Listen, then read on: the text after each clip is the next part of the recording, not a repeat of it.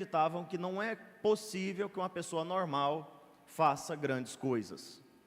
E aqui está o erro, o primeiro erro deles: acreditar que Deus só pode fazer o bem, só pode fazer grandes coisas se a pessoa for grande, se a pessoa for extraordinária. Mas se a pessoa for uma pessoa normal, que vive o cotidiano, como todos nós, somos normais, vivemos o cotidiano, professores, carpinteiros, marceneiros, pedreiros, faxineiros, e assim por diante. Pessoas normais, que vivem uma vida normal, que trabalham de maneira normal, que sofrem também coisas normais, que têm as suas lidas normais.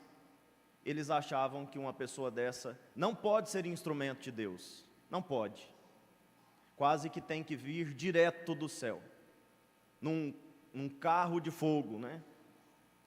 Entre as nuvens. Se não for assim, não serve. Só que Deus escolhe os fracos para confundir os fortes. A maneira de Deus agir é justamente assim. Ele escolhe os pequenos, os fracos, aqueles que são de fato incapazes, insuficientes, inadequados, e transforma eles em grandes instrumentos de evangelização, de salvação. É assim que nós vimos acontecer na vida dos santos. É isso que nós vimos Deus fazer na vida de Santa Dulce dos Pobres, que eu gosto muito de usar como exemplo. Santa Dulce não era uma mulher extraordinária, uma mulher que tinha porte de atleta olímpico. Não, Santa Dulce era uma mulher franzina, pequena, a sua voz quase nem saía quando falava. Ela também não tinha a riqueza do Elon Musk, não tinha bilhões e bilhões para comprar o Twitter e ainda ficar rica. Ela não tinha muitas reservas de dinheiro no mercado financeiro, ou reserva de ouro em algum lugar, alguns diamantes. Ela não tinha, ela era pobre, uma freirinha pobre, que transformou o galinheiro num grande hospital, que transformou um galinheiro numa grande casa de acolhida, que se tornou referência na Bahia e no Brasil inteiro, pelo seu cuidado com as pessoas mais necessitadas. Ela não tinha grandes habilidades físicas, nem mesmo financeiras, e nem sei se intelectuais, habilidades intelectuais extraordinárias. Ela era uma mulher simples, como disse Madre Teresa de Calcutá. Ela foi um lápis na mão de Deus, e Deus escreveu uma grande história através dela, porque é assim que Ele age. Então, os conterrâneos de Jesus se escandalizaram, porque eles acreditavam que Deus não é capaz de se utilizar de pessoas como nós para fazer coisas grandiosas. Mas Deus é capaz, porque a nossa força está em Deus. A eficácia da evangelização não está nos dons humanos, nos recursos humanos, nas técnicas humanas. A eficácia da evangelização está nas mãos de Deus, no poder de Deus, na graça de Deus. E Deus se utiliza do barro para fazer o homem. Ele pode se utilizar de você para levar a palavra, para converter muitas pessoas, para fazer o bem. Eles não acreditavam nisso, mas nós acreditamos. E o segundo erro deles é que, apesar de Jesus viver uma vida normal, uma vida como a nossa, ele não era uma pessoa normal. Ele não era uma pessoa qualquer, melhor dizendo, corrigindo. Não era uma pessoa qualquer. É o Filho de Deus que se fez homem. É o Filho de Deus, a razão de ser de todas as coisas que existem, que se fez homem. e que não escolheu nascer num palácio, que não escolheu ser filho de uma rainha deste mundo, de um rei deste mundo, ou de um chefe militar deste mundo, que não escolheu as grandes coisas deste mundo para manifestar o seu poder, para manifestar a salvação. Escolheu a manjedoura para nascer, escolheu o estábulo, escolheu Maria, uma simples dona de casa, escolheu José, um carpinteiro, escolheu a vida lá em Nazaré, nem era em Jerusalém, Nazaré, uma pequena cidade. Escolheu viver num casebre em Nazaré.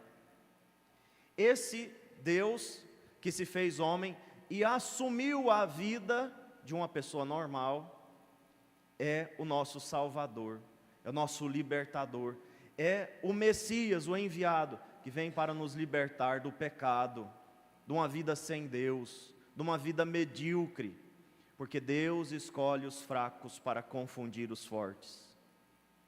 Deus escolhe o que é pequeno para fazer grandes coisas. E sabendo disso, nós podemos sair daqui confortados, aliviados, porque de fato nós somos pequenos, nós somos insuficientes.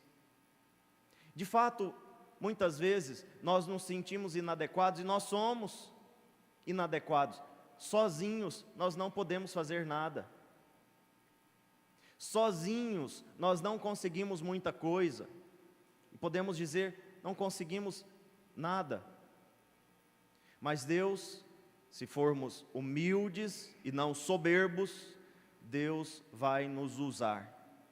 Deus vai se servir de nossa pequenez para levar o perdão, levar o amor, levar a caridade, levar a conversão às famílias, aos jovens, as pessoas que estão lá na faculdade, no trabalho, no mercado de trabalho.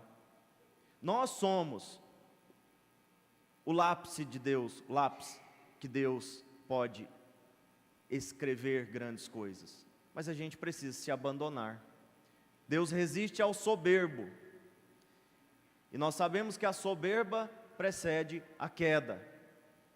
Os soberbos olham para Deus e dizem: eu não preciso de Deus, eu tenho tudo, eu tenho dinheiro, eu tenho prestígio, eu tenho influência, eu tenho os recursos humanos quase ilimitados, eu não preciso de Deus. Mas estes não serão lembrados, a não ser pelo seu fracasso. Estes não serão reconhecidos, a não ser pela sua soberba, pela sua vanglória.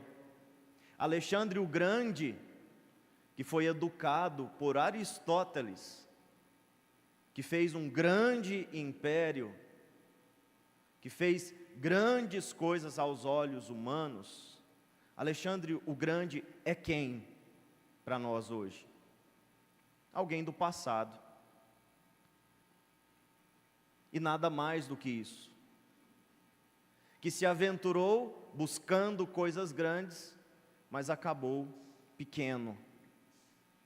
Jesus, o pequeno de Nazaré, o pobre de Nazaré, o humildezinho de Nazaré, esse sim é grande. E através da sua humildade, da sua pequenez, trouxe a salvação para todos nós. E todos aqueles que o acompanharam, os apóstolos, a Virgem Maria, São José, os santos, Santa Dulce dos pobres, aqueles que trilharam e trilham o seu exemplo, que se deixam conduzir por Deus, estes são grandes, porque Deus escolhe os fracos para confundir os fortes. E a segunda leitura corrobora isso. São Paulo, um grande apóstolo, tinha um espinho na carne, portanto uma fraqueza. Não sabemos qual é esta fraqueza, mas era uma fraqueza que o incomodava muito, de tal modo que ele pediu 3 vezes a Deus que tirasse essa fraqueza, este espinho na carne, este incômodo que ele tinha. E Deus disse: não vou tirar. Basta-te a minha graça. Não vou tirar. Porque Deus, na sua infinita sabedoria, sabe que se Ele tira as nossas imperfeições, pode ser que fiquemos soberbos, arrogantes, achando que somos demais. E a soberba precede a queda. A soberba precede a derrota. A soberba precede o fracasso. Precisamos ser humildes sempre. E às vezes o defeito que nós temos, a imperfeição que nós temos, o pecado que nós lutamos para superar, não superamos, é ocasião de humildade. Para a gente sempre se reconhecer barro, pó, pequenos. Eu não sou muita coisa. Está vendo? Apesar do meu cargo, apesar da minha posição social, apesar do que eu faço na igreja, na evangelização, eu ainda estou caindo neste pequeno pecado. Eu ainda estou caindo essa fraqueza ainda está sendo motivo de queda para mim. Deus permite, porque nós precisamos sempre ter em mente, somos fracos, somos pequenos, precisamos de Deus. E se fizermos isso, poderemos gloriar-nos em nossa fraqueza. São Paulo diz: por isso de bom grado eu me gloriarei das minhas fraquezas, porque a graça de Deus está comigo e isto basta. Não interessa as minhas fraquezas. Claro, nós precisamos lutar para superar as nossas imperfeições. Mas eu não posso colocar a eficácia daquilo que eu faço, ou daquilo que Deus faz através de mim, através da perfeição. A eficácia na perfeição. Um músico, por exemplo, precisa estudar, precisa aprender técnicas vocais, precisa se aprimorar, mas ele não pode colocar a eficácia da evangelização nas suas técnicas vocais, nas suas técnicas musicais. O padre precisa estudar, às vezes até fazer umas aulas com a fonoaudióloga, fazer umas aulas de oratória para falar melhor, mas se ele colocar a eficácia da evangelização na sua oratória, se ele colocar a eficácia na evangelização na sua desenvoltura ao falar, ao celebrar, ao fazer as coisas, ele está derrotado já. A eficácia da evangelização, a eficácia do bem está em Deus. E isso os conterrâneos de Jesus ignoraram. Não ignoremos, meus irmãos. Pense naquela pessoa lá da sua casa. Pense naquela pessoa lá do seu convívio, da sua pastoral, e você não dá nada para ela. Deus pode usar esta pessoa para fazer grandes coisas.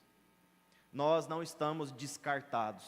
Só está descartado o soberbo, porque esse Deus não pode usar, porque não se deixa usar. Mas todos os demais não estão descartados. Todos os demais, nas mãos de Deus, podem fazer grandes coisas. Para concluir, apenas um parêntese. No Evangelho nós ouvimos o evangelista mencionar os irmãos de Jesus, as irmãs e os irmãos. Não custa a gente falar, mais uma vez, que estes irmãos não são irmãos de sangue. São primos, parentes próximos. Maria não teve outros filhos, e nem José. Os evangélicos no passado, tinha toda aquela ladainha, e dentro da ladainha tinha lá, que Maria teve outros filhos, como se isso fosse um demérito. Ter outros filhos, ter muitos filhos não é demérito, mas ela não teve, porque ela era toda de Jesus, consagrada a Ele. A sua virgindade, a sua vida, o seu coração, sua mente, o seu corpo, era tudo de Jesus, toda a sua vida. Mas não é um demérito ter filhos, claro, mas ela não teve outros. Só que isso não se sustenta, basta você estudar, basta você procurar a origem destes que foram mencionados aqui, e você vai descobrir que o pai e a mãe são outros, não é José e Maria. é Alfeu, Maria de Cleofas, mas não é Maria de Nazaré e nem José. Então agora eles estão dizendo que, na verdade, era José que tinha outros filhos. Era viúvo, casou-se com Maria, então Jesus tinha esses irmãos da parte de José. Mas isso é besteira. A igreja sempre ensinou que Maria não teve outros filhos. Ela é sempre virgem, antes, durante e depois do parto. E José, castíssimo José, não teve outros filhos. E nós acreditamos nisso.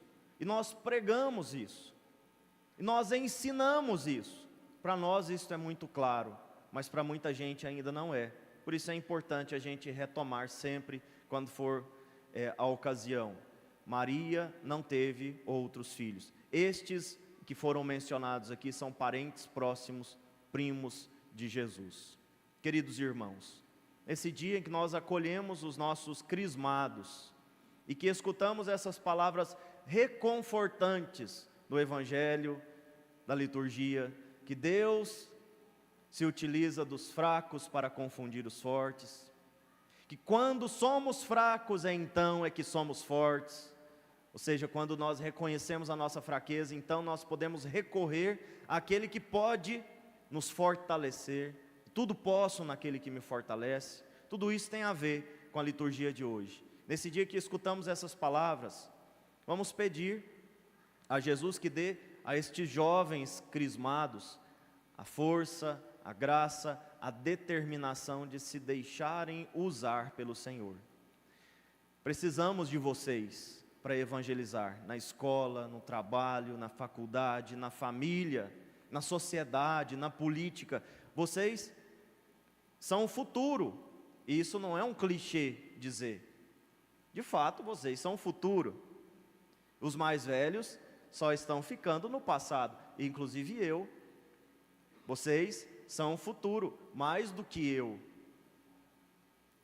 E vocês, no futuro, e não só no futuro, mas agora, no presente, precisam ser sinais de Deus neste mundo.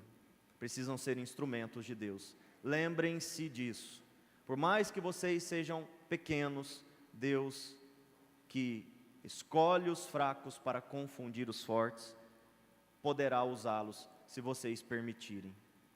Creio em Deus Pai, Todo-Poderoso, Criador do céu e da terra, e em Jesus Cristo, seu único Filho, nosso Senhor, que foi concebido pelo poder do Espírito Santo, nasceu da Virgem Maria, padeceu sob Pôncio Pilatos, foi crucificado, morto e sepultado, desceu à mansão dos mortos, ressuscitou ao terceiro dia, subiu aos céus, está sentado à direita de Deus Pai Todo-Poderoso, donde há de vir a julgar os vivos e os mortos. Creio no Espírito Santo, na Santa Igreja Católica, na comunhão dos santos, na remissão dos pecados, na ressurreição da carne, na vida eterna. Amém. Caríssimos irmãos e irmãs, com humildade peçamos ao Pai que venha ao encontro da fé que tantos cristãos do mundo de hoje, pode fazer as preces. Caríssimos irmãos e irmãs, com humildade peçamos ao Pai que venha ao encontro da fé de tantos cristãos do mundo de hoje, dizendo cheios de confiança: ouvi.